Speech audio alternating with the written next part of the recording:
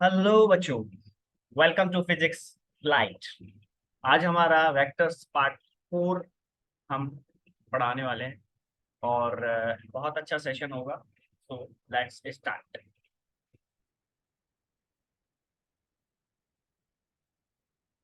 ये सबसे पहले मैं आपको बताने वाला हूँ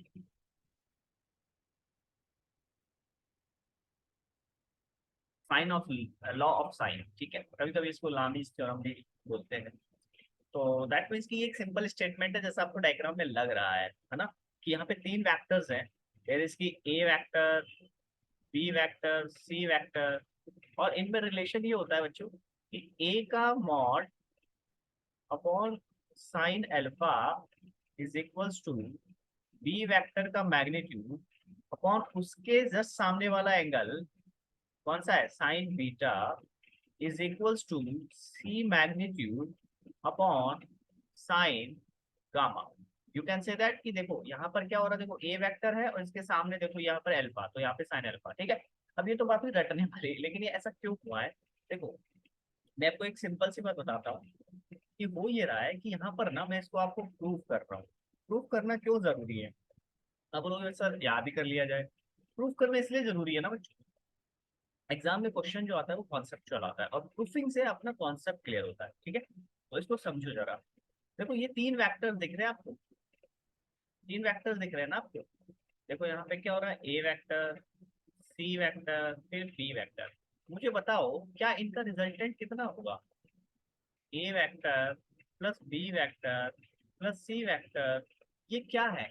इनका सम कितना होगा? जीरो होगा ना, क्योंकि देखो जहां से हमने स्टार्ट किया फ्रॉम द पॉइंट स्मॉल ए, वहीं पर हम घूम के आ गए। देखो यहाँ से स्टार्ट हुआ, इधर गए, फिर सी, और फिर बी, वापस वहीं आ गए, तो नेट डिस्प्लेसमेंट जीरो हो गया ना। और डिस्प्लेसमेंट एक वेक्टर क्वांटिटी है, आपको इस नजरिए से इसको देख सकते हैं, है कि नहीं? अरे हाँ या ना बोलो, हाँ ना? अरे हाँ या ना बोलो, अरे हाँ या ना? बात सही है ना? तो इसका मतलब ये हुआ कि sum of the factor should be zero. ये हमारा एक क्लू है इस प्रूफ करने के लिए, इसको प्रूफ करने के लिए हमारा क्लू है। अब इसको हम कैसे यूज करेंगे? देखो, अगर मैं इसके साथ क्या कर दूं, क्रॉस प्रोडक्ट कर दूं, किसका? ए का, है ना? अगर मान लो ए का मैं क्रॉस प्रोडक्ट कर दूं इसके साथ दोनों तरफ, plus C vector is equal to, इधर तो जीरो ही रहेगा ना, जीरो के साथ किसी का भी क्रॉस प्रोडक्ट करो या जीरो वेक्टर मान लो तो आप, नल वेक्टर है। तो देखो ए का ए के साथ क्रॉस करोगे तो जीरो हो जाएगा ना। तो ए का क्रॉस किसके साथ हुआ बच्चों? बी वेक्टर के साथ। प्लस ए का क्रॉस किसके साथ हुआ? सी वेक्टर के साथ, इज इक्वल टू जीरो। तो यहाँ तक की बात ठीक है ना? यहाँ तक की बात समझ में आई? अब आप इसको और क्या लिख सकते हो? इसको आप ऐसे लिख सकते हो, a cross b is equals to minus का ए क्रॉस सी, है ना? लेकिन क्या इनका मैग्नीट्यूड इक्वल होगा? डेफिनेटली होगा, ये तो वेक्टर फॉर्म है। तो इनका मैग्नीट्यूड क्या होगा? इक्वल। यानी हमने क्रॉस प्रोडक्ट में पढ़ा था कि ए क्रॉस बी का magnitude equals to a cross c होगा। ये ए क्रॉस बी कितना होगा बताओ? ए का मैग्नीट्यूड, बी का मैग्नीट्यूड इनटू इनके बीच का एंगल कितना है, साइन। ए और बी के बीच एंगल देखो, ए और बी के बीच एंगल देखो, ए और बी के बीच एंगल देखो, गामा, साइन गामा, है ना? इज इक्वल्स टू ए का मैग्नीट्यूड, अरे यार सी, सी का मैग्नीट्यूड, और ए और सी के बीच का एंगल कितना है दोस्त? कितना है बच्चों? ए और सी के बीच का एंगल कितना है? बीटा। आ गया? देखो ए और ए तो कैंसिल हो जाएगा ना, सेम वैल्यू है। तो हमारे पास ये बचा, देखो बी का magnitude sine gamma is equals to C vector का मैग्नीट्यूड इनटू साइन बीटा। तो अब साइन बीटा को अगर मैं इधर लाऊंगा तो B vector upon sine beta is equals to C vector upon sine gamma, को इसके नीचे ले जाओ। तो यही तो वैल्यू हमें प्रूव करनी थी जो तुमने रट रखा था। सिमिलरली यही चीज हमने ए क्रॉस किया, है ना? इस बार क्या करो, बी का क्रॉस प्रोडक्ट कर दो, तो हमारे पास क्या आ जाएगा दोस्त? एंस प्रूव हो जाएगा। बोलो बात समझ में आई? इसको कहते हैं हम लामिस थ्योरम भी कई बार कह देते हैं, कई बार ऐसा भी कह देते हैं ना। आपने जनरली एग्जाम में या बुक्स में इस तरीके से देखा होगा, इस तरीके से कोई तीन फोर्सेस लगा देते हैं, F1, F2, F3। यहाँ पे देखो θ1, θ2, θ3। तो आपसे क्या कह दिया जाता है कि F1 upon sine θ1, F2 upon sine θ2 is equal, है ना। बस वही चीज है, रिप्रेजेंटेशन अलग है ना। चलो आगे बढ़ते हैं। इस क्वेश्चन में क्या दिया हुआ है, diagonals of a parallelogram. Parallelogram के डायगोनल्स दिए हुए हैं। अब पैरेललोग्राम के डायगोनल्स दिए हुए हैं, अब जरा देखो डायगोनल दिए हुए, मान लो कि एक डायगोनल हमारा सी वेक्टर कितना दिया हुआ है 2i कैप, और एक डायगोनल हमें दिया हुआ है B vector is equal to 2j cap. Okay, पूछा है कि what is area of parallelogram. अब बताओ, मैंने लेक्चर नंबर आई थिंक शायद थर्ड है ना, उसमें मैंने करवाया था। मैंने ये कहा था कि एक सिंपल सा मूव होता है कि जैसे पैरेललोग्राम क्या होता है, जैसे दो वेक्टर्स अगर आप बनाओगे तो इस तरीके से मान लो कि ए वेक्टर और बी वेक्टर है, तो इनका डायगोनल जो होता है वो रिजल्टेंट होता है, और वो डायगोनल किसका होता है, पैरेललोग्राम का होता है, ऐसे, है ना। ये पैरेललोग्राम है। मैं कह रहा हूँ सर, अपन क्या करेंगे, हमने कहा था कि बेटा ए क्रॉस बी जो होता है ना, वो पैरेललोग्राम का एरिया होता है ना। लेकिन डायगोनल्स का अगर मैं क्रॉस प्रोडक्ट करता हूँ तो मुझे एरिया जो होता है वो डबल मिलता है। This is the 2 times of area of parallelogram. बात समझ आएगा क्यों। तो इसका मतलब ये हुआ कि मैं अगर इन दोनों डायगोनल्स का क्रॉस प्रोडक्ट कर दूं तो मुझे पैरेललोग्राम का एरिया मिलेगा, लेकिन डबल मिलेगा, तो उसको हाफ करना पड़ेगा ना। तो यानी कि a vector cross b vector जो एरिया है वो कितना हो जाएगा, वो हो जाएगा हाफ ऑफ डायगोनल्स का क्रॉस प्रोडक्ट। सही ना। अब डायगोनल्स का क्रॉस प्रोडक्ट कितना आएगा, मुझे बताओ। डायगोनल्स का क्रॉस प्रोडक्ट कितना आएगा, देखो इसको ऐसा समझ लो, ये आई कैप, ये जे कैप, है ना। और इधर हमारे पास वेक्टर जो दे रखा है कितने कितना मैग्नीट्यूड का है, 2 का है। और इधर जो है ये भी कितने का है बच्चा, 2 का है। इन दोनों का क्रॉस प्रोडक्ट करोगे तो क्या मिलेगा तुमको, के कैप मिलेगा ना। अरे मिलेगा नहीं मिलेगा। तो हमें तो मैग्नीट्यूड चाहिए, तो मैग्नीट्यूड क्या हो जाएगा, हाफ इंटू 2 क्रॉस प्रोडक्ट करो जरा, इनके बीच का एंगल कितना है 90 डिग्री। तो दो वेक्टर्स का क्रॉस प्रोडक्ट क्या होता है 2, दूसरे का मैग्नीट्यूड भी 2, और इन दोनों के बीच का एंगल साइन 90, ये तो 1 हो जाएगा। तो 2 2 जा 4 इंटू 1 कितना आ गया बेटा, 4 यूनिट आ गया। लेकिन ये 4 का क्या होगा, हाफ होगा। तो हमारे पास क्या आ जाएगा आंसर, 2 यूनिट आ जाएगा। बहुत प्यारा क्वेश्चन है, देखो ऑप्शन नंबर सी हमारा करेक्ट आंसर है। समझ में आई बात। ये ध्यान रखना, ये इंपॉर्टेंट रिलेशन है। ओके। हाँ, चैनल को सब्सक्राइब कर लो, शेयर कर लो। फिजिक्स फ्लाइट में बैठने के लिए सिर्फ और सिर्फ सब्सक्राइब करना है, पैसे नहीं देने हैं। ठीक है, चलिए आगे बढ़ते हैं। देखो आज प्यारे प्यारे सवाल लेकर आया हूँ मैं आप लोगों के लिए, बस आप तो इस चीज को ध्यान से देखो और समझो और पढ़ो। देखो अब ये बहुत प्यारा सवाल है कि a vector plus b vector is R1 vector, इसका इन दोनों का रिजल्टेंट देखो R1 है। अगर बी वेक्टर को इन्वर्स कर दिया जाए तो R2 हो जाता है रिजल्टेंट। अब बोलोगे सर ये क्या भला है, ये यार ऐसी भला है जैसे कि अगर मान लो हमने ए वेक्टर ऐसा पाना और मैंने कहा सर ये बी वेक्टर है हमारा, है हमें पता नहीं है इन दोनों के बीच में एंगल कितना है, थीटा है ना। तो इनका रिजल्टेंट जो है वो कुछ ऐसा होगा, R1 वेक्टर, ये रिजल्टेंट ही तो होता है ना, ए वेक्टर प्लस बी वेक्टर, इसी को तो आप रिजल्टेंट कहोगे, कहोगे ना। बिल्कुल सर कहेंगे। भाई जिन्होंने देखो मेरी लास्ट क्लासेस ली है ना प्रॉपर, उसको ये समझ में आएगा और उसको पता 100% आएगा। ठीक है ना। आईआईटी तक की फ्लाइट में हम बैठाएंगे, एम्स की फ्लाइट में हम बैठाएंगे, इंडिया की फ्लाइट में हम बैठाएंगे, आप तो बस पढ़ो। ठीक है। अब ये कह रहा है कि सर बी वेक्टर का इन्वर्स कर दो। इन्वर्स का क्या मतलब हुआ, इन्वर्स का मतलब होता है कि इसको, इसका उल्टा डायरेक्शन अपोजिट कर दो। ये हमारे पास बी इनवर्स हो गया, ये माइनस ऑफ बी है, समझे। तो बोल रहा है कि इनका रिजल्टेंट क्या होगा, बोले सर अब ए और बी का रिजल्टेंट ये है R2 वेक्टर, है ना। लेकिन ये किसके इक्वल है? ये इक्वल है किसके? ये इक्वल है बच्चा माइनस का बी वेक्टर प्लस ए वेक्टर, समझे? और अब मुझे बताओ इस केस के अंदर इन दोनों के बीच में एंगल कितना होगा? पाई माइनस थीटा होगा ना, ए वेक्टर और माइनस बी वेक्टर के बीच में, इसका इनवर्स माइनस बी वेक्टर, इनके बीच में एंगल क्या होगा? पाई माइनस थीटा होगा ना, क्योंकि वो थीटा है तो पूरा एंगल पाई है, तो पाई माइनस थीटा होगा कि नहीं होगा? अगर मैं R1 की वैल्यू निकालूं तो हमने पैरेललोग्राम लॉ में क्या पढ़ा था कि सर ये होता है a square b square plus 2ab, इन दोनों के बीच का एंगल कॉस थीटा। और आपने बोला सर R2 वेक्टर अगर आप निकालोगे, इसका सॉरी वेक्टर नहीं निकाल रहे, मैग्नीट्यूड निकाल रहे हैं ना, तो इसके अंदर R2 में क्या हो जाएगा? A square plus b square plus 2ab, लेकिन यहाँ पे थीटा नहीं है, यहाँ पे है pi minus theta. Cos pi minus theta कितना हो जाएगा? माइनस कॉस थीटा हो जाएगा। तो तुम्हारे पास R2 की वैल्यू जो आई बच्चा, वो आई a square plus b square minus 2ab cos theta. ठीक है, तो आपके पास R1 स्क्वायर की वैल्यू आ जाएगी a square plus b square plus 2ab cos theta, है ना? और R2 स्क्वायर की वैल्यू आ गई a square plus b square minus 2ab cos theta.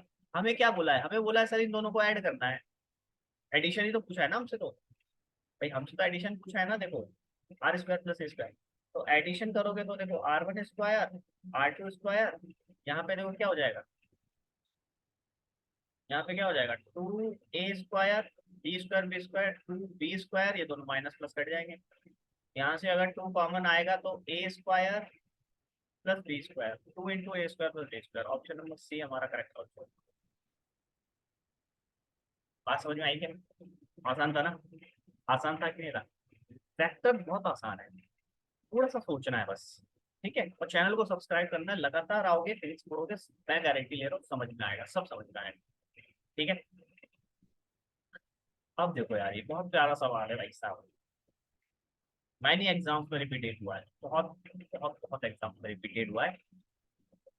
क्या दिया हुआ है कि तीनों वेक्टर्स का सम जो है वो 0 है, और इन तीनों में से out of 3 2 are equal in magnitude, दो का मैग्नीट्यूड सेम है, यानी कि दो वेक्टर्स की लेंथ सेम है, मैग्नीट्यूड मतलब लेंथ।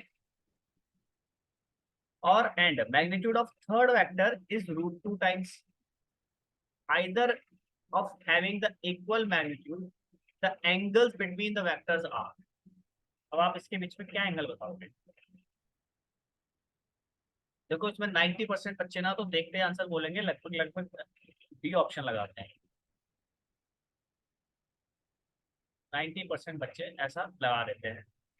देखो ऐसा क्यों लगा देते हैं मूवी में बताऊंगा, ध्यान से सुनना आप। देखो पहले तो हमें एक चीज पता है कि ए वेक्टर बी वेक्टर और सी वेक्टर का एडिशन 0 है, यानी कि ये कुछ ना कुछ लामीज जैसा दिख रहा है, मतलब जहां से स्टार्ट किया लगता है ए वेक्टर बी वेक्टर, फिर यहीं पे आ गए सी वेक्टर।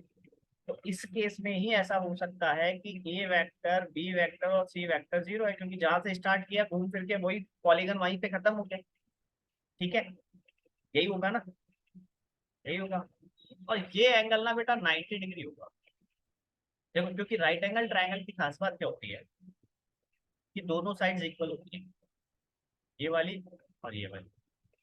और जो हाइपोटेन्यूज होता है वो √2 टाइम्स होता है। अगर मान लो मैं ए का मैग्नीट्यूड ए मान लिया, बी का मैग्नीट्यूड भी ए मान लिया, तो सी का मैग्नीट्यूड कितना है? √2 टाइम्स है। तो यहाँ से आपको क्या पता लग रहा है? आपको यहाँ से ये पता लग रहा है कि सर सी स्क्वायर हमारा ए स्क्वायर प्लस बी स्क्वायर के इक्वल है, यानी कि ये रिलेशन तो पाइथागोरस है। और पाइथागोरस रिलेशन जो होता है वो राइट एंगल ट्रायंगल में होता है सर। तो हमने राइट एंगल ट्रायंगल तो बना लिया, लेकिन अब वेक्टर वाला प्लेस बस रहा है। अब आप बोलोगे सर एंगल पूछा है तीनों के बीच में, तो ये 90 डिग्री हो गया, ये 45 डिग्री हो गया, और ये भी 45 डिग्री हो गया, बढ़ते ऑप्शन लगा दोगे बी। लेकिन बच्चा ये ऑप्शन गलत है,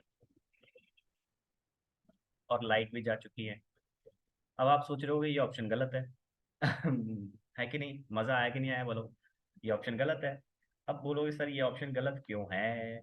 ये गलत इसलिए बच्चा, एक मिनट रुक जाओ, मैं टॉर्च जला लूँ यार, आपको मैं देखना भी तो चाहिए ना। हाँ, सही दिख रहा है क्या? थोड़ा इसको ऐसे कर लिया जाए। हाँ, तो अरे यार, 1 मिनट। ओके, तो ये ऑप्शन गलत है। अब क्यों गलत है, ध्यान से सुनना। देखो, मैंने कहा था कि एंगल जो होता है ना बच्चों, वो हमेशा टेल और टेल के बीच में होता है, या फिर हेड और हेड के बीच में होता है। ठीक है? तो अगर आप जब इस ट्रायंगल को देखोगे तो यहाँ पर इसका एक वेक्टर है, ये हेड है, एक वेक्टर ये है, देखो राइट एंगल ट्रायंगल बनाओगे, और पॉलीगन यानी एंड ऐसा होना चाहिए तभी जीरो होगा सम। ठीक है? तो ये मान लो अगर ये ए वेक्टर है, ये बी वेक्टर है और ये सी वेक्टर है, तो ये तो इसका हेड हो गया ना यार मेरे दोस्त। और ये बी वेक्टर की टेल हो गई, तो टेल और हेड मिल रही है ना यहाँ पे। तो ये वाला एंगल नहीं होगा। एंगल कौन सा होगा? एंगल होगा, देखो इसको मैं अगर आगे बढ़ाऊंगा ना, इस वेक्टर को मैं यहाँ पे शिफ्ट कर दूं, ऐसे उठा करके, तो इसकी टेल यहाँ आ जाएगी ना। ऐसे शिफ्ट कर दूंगा तो सरका दूंगा आगे, तो ये वाला एंगल होगा, यानी एक एंगल तो 90 डिग्री होगा, डेफिनेटली बात है। दूसरा क्या होगा?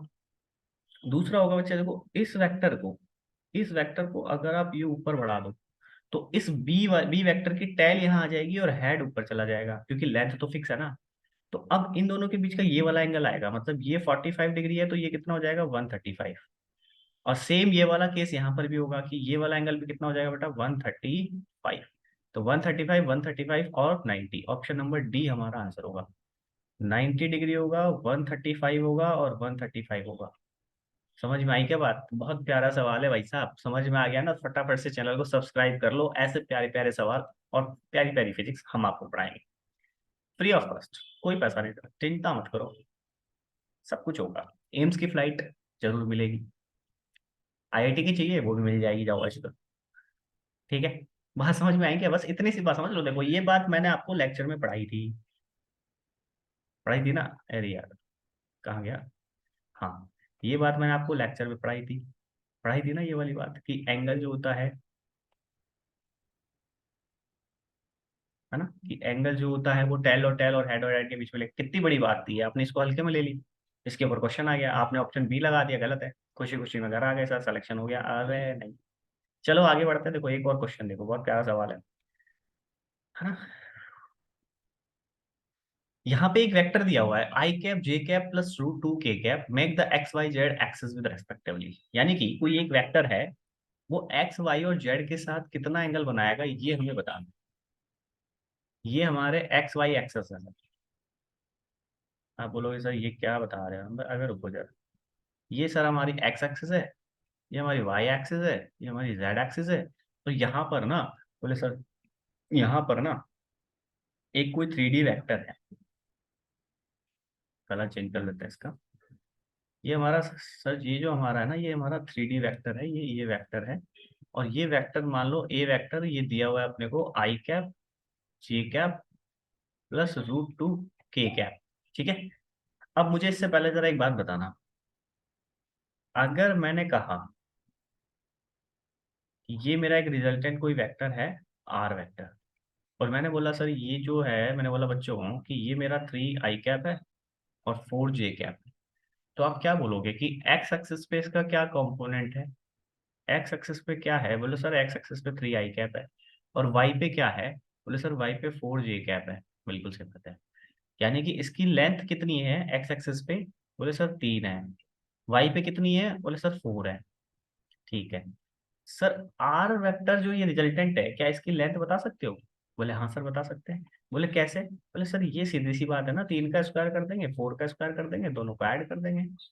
9 + 16 कितना आ गया? √25। तो सर ये तो 5 आ गई। हाँ, इसकी लेंथ हमारे पास 5 आ गई। अब मैं बोलूँ कि मुझे ये बताओ बेटा, वाई एक्सिस के साथ ये कितना एंगल बना रहा है? तो आप क्या क्या देख रहे हो? आप इसको विजुअलाइज करना, आप ये विजुअलाइज कर लेना बस। 2D में, 3D अपने आप हो जाएगा, देखो। सर आपने बोला कि ये जो वेक्टर रिजल्टेंट था, इसकी लेंथ 5 आ गई, और सर वाई पे जो हमारी लेंथ आई है वो 4 आई है। तो ये इसका एकदम परपेंडिकुलर अगर मैं ड्रॉ कर दूंगा, तो ये तो राइट एंगल ट्रायंगल बन गया। बोले सर ये लेंथ कितनी है? ये लेंथ 4 है, लाइट आ गई है। तालियां बजाओ फटाफट से, है ना। ये लेंथ 4 है, ये लेंथ 5 है। सर आपने बोला वाई एक्सिस के साथ एंगल थीटा बना रहा है, कितना बना रहा है? तो सर यहाँ से तो आप सीधा कॉस थीटा ले लो ना। कॉस थीटा क्या हो जाएगा? Base upon hypotenuse. तो सर एंगल तो यहाँ पर आ गया कॉस इनवर्स 4/5। ये तो हुई 2D में बात। सेम चीज 3D के अंदर भी होगी। कैसे होगी? देखो अब 3D के अंदर देखो जरा इसको। 3D में क्या होगा? 3D में ना इन तीनों को एक्स वाई और जेड एक्सेस पे तोड़ लो, है ना भाई। ये अपने को दिया हुआ है ना, एक्स वाई और जेड एक्सेस में तोड़ लो। तो क्या होगा? बोले सर देखो, हाँ देखो यहाँ पर बोले एक्स एक्सेस पे कितना हो जाएगा सर? एक्स एक्सेस पे हमारे पास हो जाएगा 1 i कैप, क्योंकि आई के साथ कुछ है ही नहीं तो 1 है। ठीक है, बोले वाई पे कितना हो जाएगा? बोले सर वाई पे भी आ जाएगा 1 j कैप। ठीक है, बोले सर जेड में कितना आ जाएगा? सर जेड में आ जाएगा √2 k कैप। बोले ठीक है, तीनों के साथ इसकी राइट एंगल ट्रायंगल निकलेगा ना। तो हमारे पास एक्स के साथ जो एंगल बनेगा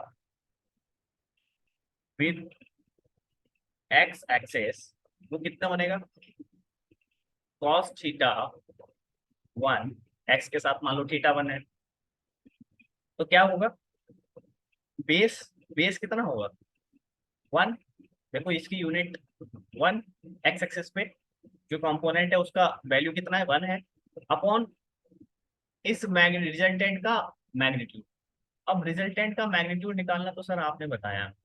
देखो बेटा आई के साथ 1 है, 1 का स्क्वायर ए स्क्वायर बी स्क्वायर प्लस सी स्क्वायर, और 2 का स्क्वायर करोगे तो 2 आ जाएगा ना।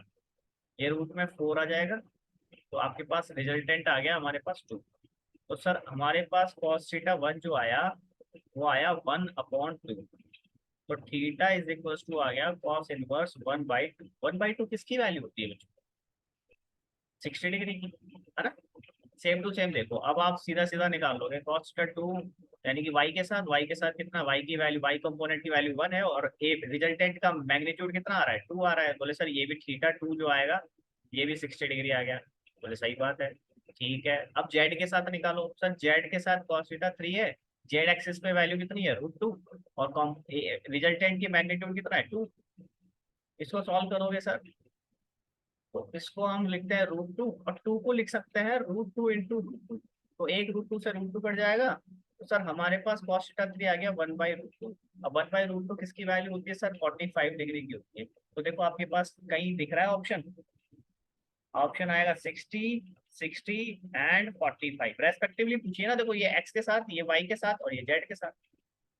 ऑप्शन नंबर सी हमारा राइट आंसर है। बात समझ में आ गई? बहुत प्यारा सवाल है, बहुत इजी वे में समझा दिया मैंने, किसी बुक में ऐसा नहीं लिखा है मैंने। ठीक है, रटते रटना है तो रटते रहो भैया, फिर उसका तो कोई इलाज है नहीं। देखो यार, है ना। अगला सवाल देखो, ये बहुत अच्छा सवाल है। इसमें सिर्फ और सिर्फ ये पूछा है which of the following is independent of choice of coordinate system. Coordinate system से इंडिपेंडेंट कौन सा है? देखो यार इसमें तो आई कैप लगाओ तो ये इंडिपेंडेंट हो नहीं सकता, आई जे के लगाओ ये भी नहीं हो सकता ना। ये वाला ऑप्शन सही है हमारा। इसमें ना आई जे के कुछ पता ही नहीं अपने को क्या है, वेक्टर है होंगे, आई डोंट, समझ गए। चलो आगे बढ़ते हैं। अरे यार ये क्वेश्चन तुम्हें दिख रहा है क्या? नहीं दिख रहा? मैं लिख देता हूँ इधर है, मैं लिख देता हूँ। देखो ये क्या लिखा हुआ है? ये ऐसा लिखा हुआ है कि ए क्रॉस बी का मैग्नीट्यूड दिया हुआ है √3 A vector dot B vector के, और हमसे पूछ रहा है value of A plus B का मैग्नीट्यूड, और ए बी की टर्म्स में ही निकालनी है। तो ए बी की टर्म्स में कैसे निकालोगे? ए क्रॉस बी का मैग्नीट्यूड क्या होता है? A b sine theta √3 into a dot b क्या होता है? A b cos theta. तो देखो ए बी तो कैंसिल हो जाएगा। Sine theta is equal to √3 into cos theta. तो sine theta upon cos theta is equal to √3। तो ये कितना आ गया बच्चा? ये आ गया tan theta is equal to √3। तो थीटा कितना हो गया ये बताओ? 60 डिग्री। अब आपको क्या निकालना है? हमें निकालना है a vector plus b vector का मॉड, यानी रिजल्टेंट निकालना है ए और बी का। तो ये क्या होता है? ये होता है sir a square b square plus 2ab cos theta. Cos theta कितना है 60 डिग्री। कॉस 60 की वैल्यू कितनी होती है, अगर याद नहीं है तो ये वैल्यू याद रख लो ना आप यार, 60, ये 30, ये 90। देखो 60 के सामने √3, ये 1, ये 2। तो यहाँ से मेरे को बताओ कॉस 60 कितना होगा, आधार बट्टा कर्ण है ना, 1/2 ना, 1/2 लिख दो यहाँ पे। देखो a² b², 2ab इंटू 1/2, 2 से 2 कट जाएगा, तो हमारे पास आ जाएगा a² b² प्लस ab की पावर रूट, मतलब कि हाँ ऑप्शन में यही दिया हुआ है, और ये हमारा आंसर है ऑप्शन नंबर डी। अगर दिख रहा है तो देख लो। हाँ थोड़ा सा ये ब्लर हो गया है, पता नहीं कैसे हो गया, कोई दिक्कत नहीं है, not issue, very big deal. समझ में आगे बात, चलो आगे बढ़ते हैं। ओ माय गॉड, एक और सवाल, और बहुत बढ़िया सवाल है। इसमें क्या है कि a vector pointed vertically upward and B vector pointed towards the north. हमें इस तरीके का एक पैरेललोग्राम दिया हुआ है, और इसको इस तरीके से इसका सेक्शंस बनाया हुआ है, ठीक है। और हमसे बोला गया है कि भाई साहब देखो, इसको मैं ईस्ट बोल सकता हूँ, वेस्ट, नॉर्थ और साउथ। हमको बोला ए वेक्टर जो है ना वो अपवर्ड है। ए वेक्टर कहाँ है, अपवर्ड। तो यहाँ से अगर मैं ए वेक्टर की बात करूंगा तो ए वेक्टर ये ऊपर की तरफ लग रहा है साहब, ठीक है। And B vector is towards the north, और ये नॉर्थ की तरफ हमारे पास कौन सा वेक्टर है, बी वेक्टर है। हमसे पूछा है कि a vector cross b vector जो आएगा इसकी डायरेक्शन क्या होगी, इसकी डायरेक्शन क्या होगी। इतना इजी सवाल है, अगर क्रॉस प्रोडक्ट तुमने मेरे से पढ़ा है ना तो कोई भी बता देगा। ए क्रॉस बी करना है, फिंगर्स को ए की तरफ करो, कर लिए खड़ी, फिंगर्स को ए की तरफ, अपवर्ड है और ये नॉर्थ है ना। तो फिंगर्स को कर्ल करोगे नॉर्थ की तरफ, ए क्रॉस बी, क्योंकि बी बी से क्रॉस करना है ना, तो क्रॉस बी थंब जो है वो रिजल्टेंट है, किधर आ रहा है, वेस्ट में आ रहा है ना। तो आंसर क्या हो जाएगा, वेस्ट हो जाएगा, ऑप्शन नंबर सी। सी में दे रखा है, नहीं सी तो ईस्ट है, बी है अलोंग वेस्ट। इतना आसान है, डायरेक्शन पता होगे तो हो जाएगा काम। अगला सवाल देखो, दो वेक्टर्स के बीच का एंगल थीटा है and value of triple product A vector dot B vector cross A vector, इसकी वैल्यू बतानी है, क्या आएगी। सर इसकी वैल्यू तो 0 हो जाएगी ना यार, देखते ही कर दोगे, किल कर दोगे ना आप इसको, तो यू उड़ाओ सीधा बंदूक से, यहाँ गोली मारो, है कि नहीं। सर ये हुआ कैसे, अब काफी लोगों को डाउट आ रहा है, क्या डाउट आ रहा है तो सुनो जरा। देखो यार, इसको ना थोड़ा विजुअलाइज करो, है ना, ए वेक्टर, अरे यार बी क्रॉस ए, पहले तो क्रॉस प्रोडक्ट को देखो जरा। मान लो यार ये ए वेक्टर है ना, और ये हमारा बी वेक्टर एक प्लेन में है, इनके बीच में कोई एंगल, हमने ए क्रॉस ए किया, बी क्रॉस ए अगर करोगे तो हमको एक परपेंडिकुलर जो वेक्टर मिलेगा वो डाउनवर्ड मिलेगा। ये कौन सा वेक्टर है, ये बी क्रॉस ए वेक्टर, ये रिजल्टेंट है ना। अब इसका तुम्हें ए के साथ डॉट प्रोडक्ट करना है, इसका ए के साथ क्या करना है, डॉट प्रोडक्ट करना है ना। ए के साथ डॉट प्रोडक्ट करना है, तो ये एंगल कितना है इनके बीच का बच्चा, बोल 90 डिग्री। तो अगर मैं इसको मैं सी वेक्टर बोल सकता हूँ ना, तो सी वेक्टर का ए वेक्टर से डॉट अगर मैं लूंगा तो सी का मैग्नीट्यूड ए का मैग्नीट्यूड, इन दोनों के बीच के एंगल का कॉस थीटा। लेकिन ये थीटा कितना है 90 डिग्री, और कॉस 90 कितना होता है 0। तो ए का जैसे ही इसके साथ डॉट करूंगा तो ये 0 हो जाएगा, समझ रहे। ये क्रॉस प्रोडक्ट 0 नहीं हो रहा है, लेकिन क्रॉस प्रोडक्ट का ए के साथ जो डॉट करते ही 0 हो जा रहा है, तो ट्रिपल प्रोडक्ट 0 आ जाएगा, समझ गए, ऑप्शन नंबर बी। चलिए आगे बढ़ते हैं, देखो अच्छे अच्छे सवाल है, कॉन्सेप्ट क्लियर हो रहे होंगे आप लोगों के। देखो इस बार थोड़ा अच्छा सवाल है यार, ए वेक्टर प्लस बी वेक्टर, इसका क्रॉस करना है तुम्हें, ए वेक्टर माइनस बी वेक्टर, ये क्या होगा, इसकी वैल्यू बतानी है। अब इससे आसान क्या हो सकता है, ये तो मतलब 5वीं क्लास का सवाल है। देखो ए का क्रॉस पहले ए से कर दो, फिर ए का क्रॉस मतलब ब्रैकेट मल्टीप्लाई कैसे करते हैं, बस वैसे ही करना है, माइनस ए क्रॉस बी, अरे यार प्लस, फिर क्या आ जाएगा बी क्रॉस ए, फिर माइनस का बी क्रॉस बी, अब देखो यार, सेम प्रोडक्ट अगर सेम उसको उसी से मल्टीप्लाई करोगे 0 हो जाएगा, बी को बी से ही क्रॉस प्रोडक्ट लोगे तो 0 हो जाएगा। हमारे पास बचा सर माइनस का ए, माइनस का तो बी है ना यार, ए क्रॉस ए माइनस बी है। एक मिनट रुको यार, यहाँ पर ये माइनस बी है ना, इसको माइनस बी क्रॉस ए लिख सकते हैं अपन, ठीक है, ये थोड़ा सा सही रहेगा। Minus B cross A plus यहाँ पर है बी क्रॉस ए, ये बचा। ठीक है साहब, इसकी वैल्यू पूछिए, मतलब मैग्नीट्यूड। तो मुझे ये बताओ, मैग्नीट्यूड तो सेम ही होगा ना इन दोनों का, चाहे ए क्रॉस बी करो चाहे बी क्रॉस ए करो। समझे? समझ गए क्या? नहीं समझे तो देख लो यार, ए वेक्टर है, ये हमारा बी वेक्टर है ना, इसका बी नेगेटिव क्या होगा, ये होगा ना माइनस बी। तो इन दोनों का क्रॉस प्रोडक्ट और इन दोनों का क्रॉस प्रोडक्ट और इन दोनों का क्रॉस प्रोडक्ट सेम ही तो आएगा, वैल्यू तो सेम आएगी ना, है ना, वैल्यू सेम आएगी ना। तो इस चीज को मैं क्या लिख सकता हूँ, सेम वैल्यू। तो अगर इनका मैग्नीट्यूड तो सेम होगा, प्लस, तो ये दोनों कितना आ जाएगा बच्चा, 2 ब्रैकेट बी क्रॉस ए। समझ गए क्या? इसका हमारा आंसर आ जाएगा डी। इजी है ना, थोड़ा सा कॉन्सेप्चुअल था ये कि सर ये कैसे हो सकता है, अरे यार देखो इसको ऐसे लिख सकते हो, अगर तो नहीं हजम नहीं हो रही है बात, तो देखो इसको मैं थोड़ा सा यहीं से और बताऊँ, तो मैंने इसको डायरेक्ट यहाँ लिख दिया, थोड़ा सा मैं इसको डिटेल में लिख देता हूँ। देखो तो अरे सब समझ में आएगा, देखो ये minus A cross B plus B cross A हो गया, ठीक है, सही है ना?